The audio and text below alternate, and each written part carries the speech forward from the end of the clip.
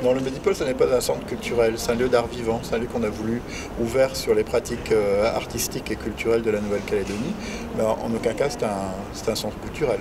C'est un lieu de soins, c'est un endroit où on est, où on se fait soigner, parfois où on vient mourir.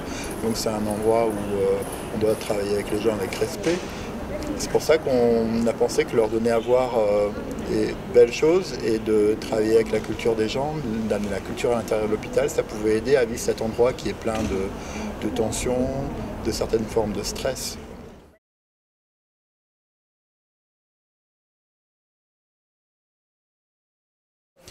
Le 1% culturel qu'on a voulu dans le Medipôle de Koutios, c'est un 1% qui est un peu plus large que celui qui est pratiqué en France métropolitaine.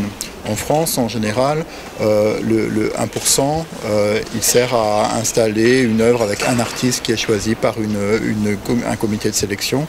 Là, ici, on a fait le choix d'aller sur beaucoup de projets et d'avoir une approche globale dans tous les espaces partagés du Medipôle, avec beaucoup d'artistes, mais aussi que ce soit un lieu de pratique artistique, c'est-à-dire qu'on ait des lieux pour installer des expositions, des expos d'art, mais aussi des expos documentaires. Donc dans ce but, on a commencé à passer des partenariats avec le Centre culturel Chibaou par exemple, pour que les expos de l'allée centrale puissent être présentées ici au Medipôle. C'est le cas avec l'expo qui a lieu en ce moment, c'est-à-dire Kaneka.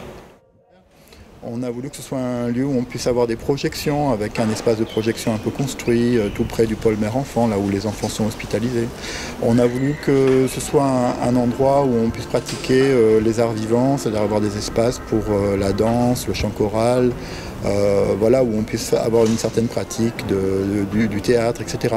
Mais ce sont des espaces un petit peu intimistes qui permettent d'organiser des choses à la dimension de la population qui est disponible au moment où on le fait. C'est-à-dire que ce n'est pas des grands volumes de public, bien sûr.